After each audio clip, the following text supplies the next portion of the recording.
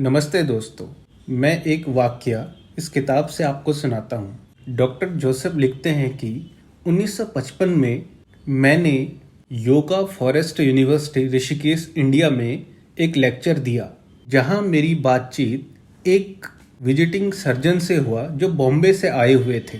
उन्होंने मुझे बताया कि डॉक्टर जेम्स एस डेल एक स्कॉच सर्जन वो बंगाल में काम करते थे जब एनेस्थीसिया के मॉडर्न तरीकों की खोज नहीं हुई थी। वर्ष 1843 से 1846 तक डॉक्टर एस्डेल ने लगभग 400 बड़े ऑपरेशंस किए।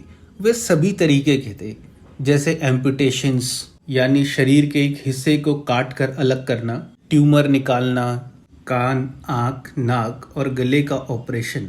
ये सारे ऑपरेशंस मेंटल एनेस्थीसिया पे किए गए।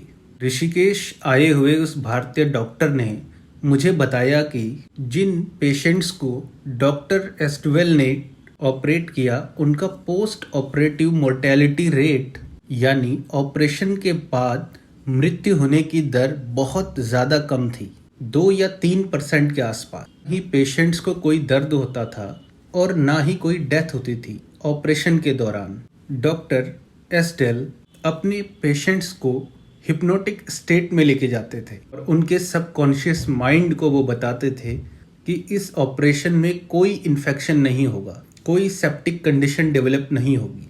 ये वो समय था जब बैक्टीरियल ओरिजिन ऑफ डिजीज की खोज नहीं हुई थी।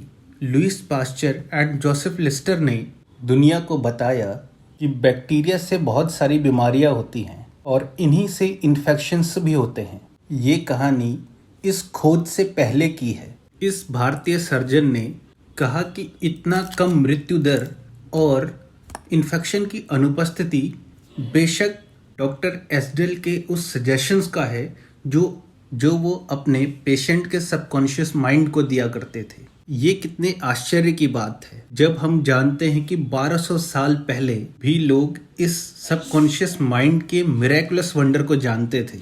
अमेरिकन निबंधकार राल्फ वॉल्डो इमर्सन कहा करते थे, एक आदमी वही हो जाता है जो दिन भर वो सोचता है। और विलियम जेम्स, जिन्हें अमेरिकन साइकोलॉजी का जनक कहा जाता है, वो कहते थे कि जो आप अपने सबकॉन्शियस माइंड में इम्प्रेस करेंगे वही आपकी लाइफ में एक्सप्रेस होगा। इस संसार को हिलाने की ताकत आपके सबकॉन्शियस माइंड में है। यह सबकॉन्शियस माइंड अपार बौद्धिक क्षमता और असीमित ज्ञान से भरा हुआ है। Thank you for watching this video. Thank you.